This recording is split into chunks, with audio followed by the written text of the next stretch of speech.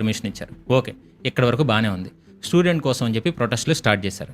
ఒక్కరోజైనా students గురించి మాట్లాడారా అంటే అంటే సగం మాట్లాడతారేమో, మిగిలిన సగం దాదాపు 21 మంది నీట్ పేపర్ వల్ల ఆత్మహత్య చేసుకొని చనిపోయారని రిపోర్ట్స్ వచ్చాయి. కనీసం ఒక్కరినైనా ఆ ప్రొటెస్ట్కి ఇన్వైట్ చేశారా? ఆ ఫ్యామిలీస్ కదా ముందు ఉండాలి ఈ ప్రొటెస్ట్లు నడపాలంటే.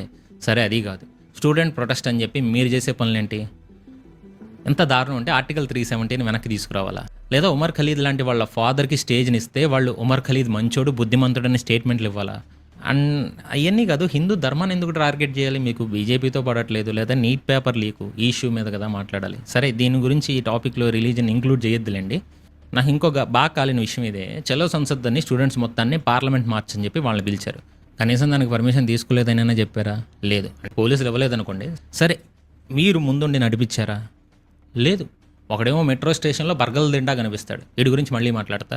అసలు ఇంకొక ఇద్దరు స్పోక్స్ పర్సన్ ఏమో మార్చికి దగ్గరలో కూడా లేరు.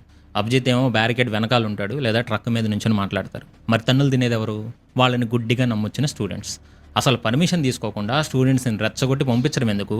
మళ్ళీ పోలీసులు వాళ్ళని తన్నారని ఆన్లైన్లో ఏడవడం ఎందుకు? హంగర్ స్ట్రైక్ అంటాడు, 2 రోజుల్లోనే విత్డ్రా అయిపోయింది.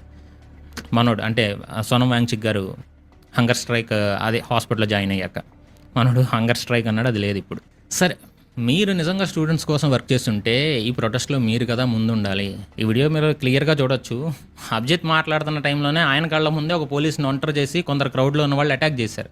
అది చూశాక ఆయన ముందే పోలీసులు లాఠీ చేసి చేయి దాడిపోకుండా లాఠీ చార్జ్ చేయాల్సి వచ్చింది.